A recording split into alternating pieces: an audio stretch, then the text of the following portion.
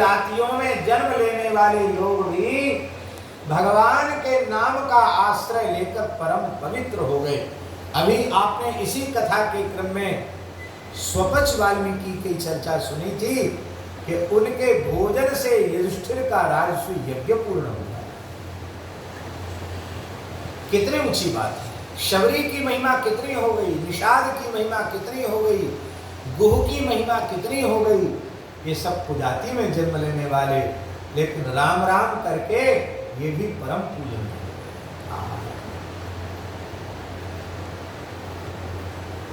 देवहूति माता क्या कह रही है? अहो बत स्वपचो तो गैयान यज्ञ हुआ गृहे वर्तते नाम तुभ्यम ते पुस्तकस्ते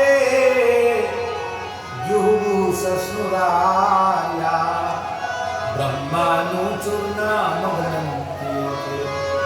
भले ही उनका जन्म चांडाल कुल में ही क्यों न हुआ हो, किंतु यदि उनकी जिह्वा के अग्रभाग पर हरिनाम का नर्तन होता रहता है, राम कृष्ण गोविंद मधुसूदन मुकुंद वासुदेव आदि पवित्र नाम प्रकट होते रहते हैं, तो कहते हैं अहो बतस्वपचोतो गरीयान यज्ञहुआग्रे वर्तते नाम तुभ्यम तेपु तपः। कोई तपस्या बाकी नहीं है, सारी तपस्या उसकी होगी। जुहु यज्ञों में आहुति देने का अधिकार नहीं है, पर उसके द्वारा संपूर्ण यज्ञ सविधि संपादित हो गए। शस्नु सारी धरती के तीर्थों में स्नान हो गया। संपूर्ण वेदों का सस्वर पारायण का पुण्य उसको मिल गया। कौन? नाम गृणंति ये थे जो आपके नाम का कीर्तन करते हैं। तो राम नाम सुमिरत सुजस भाजन भय जाति कुतरक सुरपुर राजमग लहत भुवन विख्यात।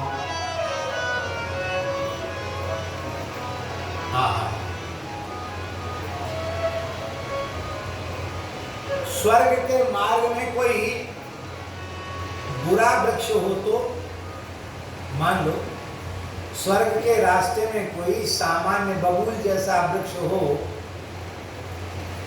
तो भी तो श्रेष्ठ हो जाता है, क्योंकि स्वर्ग के पथ पर वो लगा हुआ है।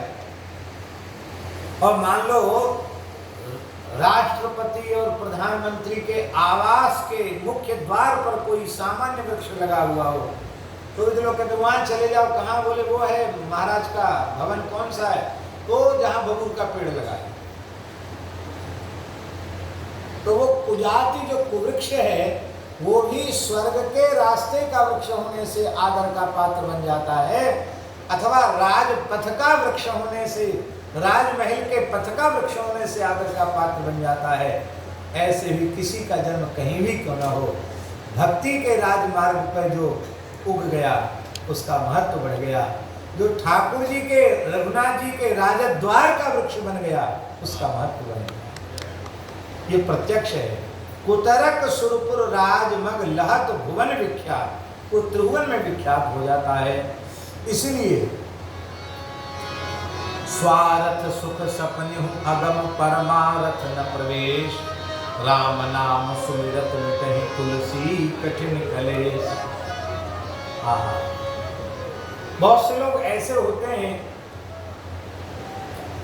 तो उनके भाग्य में सांसारिक सुख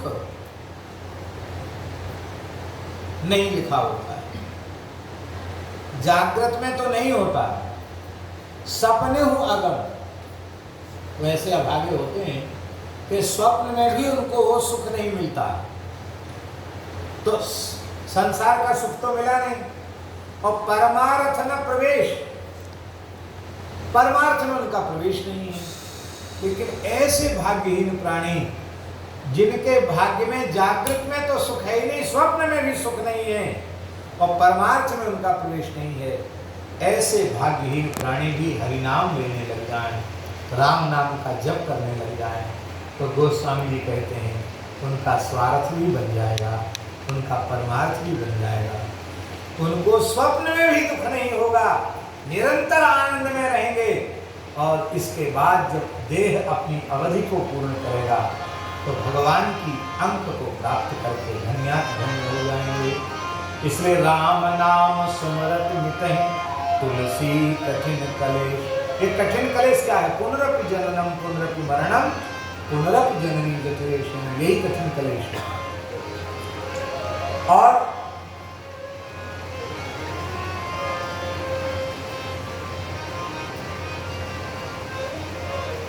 एक दोहे में तो विचित्र बात कह रहे हैं गोस्वामी,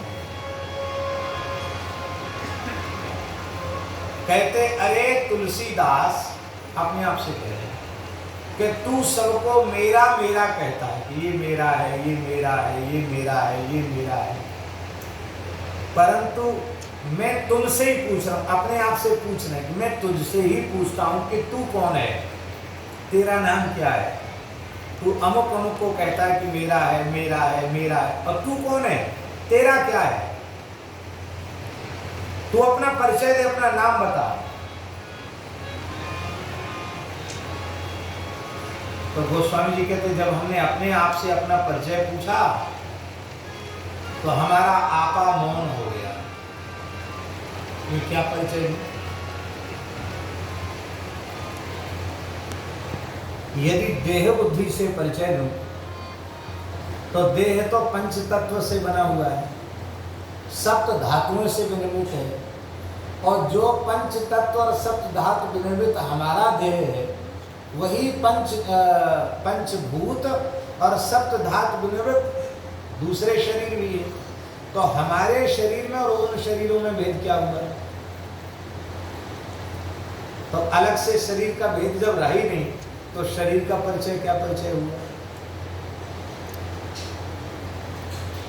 शरीर को लेकर परिचय नहीं दिया जा सकता। अरे भाई तुम पृथ्वी हो कि तुम जल हो कि तुम तेज हो कि तुम वायु हो कि तुम आकाश हो, क्या हो?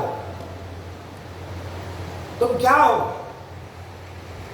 रक्त मज्जा वसा मांस मेदा, क्या हो तुम? चर्म अस्थि, क्या हो? ज्ञानेन्द्रिय कर्मेंद्रिय में से तुम क्या हो? अपना परिचय दो, मौन हो जाएगा। क्योंकि जीव का वास्तविक परिचय ईश्वर अंश जीव अविनाशी चेतन अमर सहज सुखरासी। यदि संसार का व्यवहार संपादित करने के लिए कोई नाम रख दिया जाता है तो क्या वह उस व्यक्ति का नाम हो गया? क्या नाम भी नहीं। आपका नाम श्री मदन मोहन जी है, आप मदन मोहन जी? अरे भैया मदन मोहन जी तो करौली में, बोलो भक्तवत्सल भगवान की जय। आपका नाम रख दिया मदन मोहन जी, बार बार मदन मोहन जी का स्मरण हो गया, इसके लिए नाम रखा ना मदन मोहन जी। आप तो मदन मोहन जी नहीं है, आप कुंज बिहारी जी हैं। अरे जो कुंज बिहारी हैं वही कुंज बिहारी रहेंगे, हम कुंज बिहारी नहीं हैं। नाम भी केवल व्यवहार के लिए रखा है, नाम भी भगवान में ही घटित हो रहा है। तो तुलसीदास जी कहते हैं कि तू सबको मेरा मेरा